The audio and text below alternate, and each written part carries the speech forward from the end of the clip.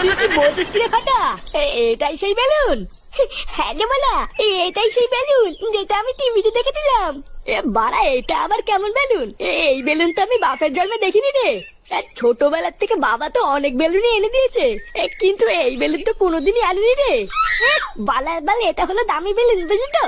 ওই জন্যই তোর বাবা কিনে আনিনি, কিন্তু আমার বাবার কাছে সবসময় থাকে। ও সে যা গিয়ে, চল এবার বেলুনটা দুজন মিলে ফুলাই, কি বলিস? হ্যাঁ ঠিকই বলেছিস। এই তোরা কি করছিস রে? তুই না দেখতে পাচ্ছ না কি করছিস? তোদের হাতে ওটা কি, আর কোথা থেকে পেয়েছিস এসব? বালা দেখো দাদু, বেশি মাথা খারাপ করবে না কিন্তু। বুঝা, আমরা এখানে খেলা করছি, খেলা করতে দাও, যাও যাও যাও। হ্যাঁ গো দাদু, তুমি এখান থেকে যাও যাও যাও, তোমার এখানে কোনো কাজ নেই। দাঁড়া, আমি তোদের বাড়ি গিয়ে বলছি তোরা এইসব নোংরা জিনিস নিয়ে খেলা করছিস।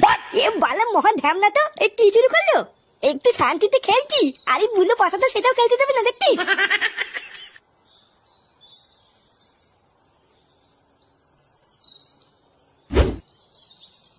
আরে বাবা, এত ভাত দিয়েছি কেন? তুমি জানো না আমি এত ভাত খাই না?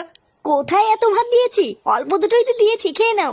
উফ, এই বেলা করে এত ভাত খাওয়াও তো মুশকিল।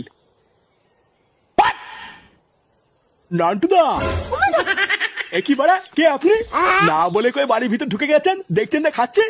আসলে নান্টুদা, একটা খবর দেবো বলে তাড়াহুড়ো করে ঢুকে পড়েছি, বুঝতে পারিনি। তার জন্য কি এমন খবর যে বাইরে থেকে ডাক দেওয়ার সময় পাননি? ওই পুকুরের ধার দিয়ে আমি বাড়ির দিকেই আসছিলাম, ও হঠাৎ দেখলাম আপনার নাতি ওই পুকুরের ধারে বসে কি সব নোংরা কাজ করে বেড়াচ্ছে। মানে এত নোংরা কাজ যে আপনাকে বৌদির সামনে এখন বলতেও পারবো না। আমি তো অনেক বাধা দিলাম, কিন্তু আমার কথা শুনলো না। এখন আপনাকে বলে দিয়েছি, আপনার নাতি আপনি বুঝে নিন গিয়ে।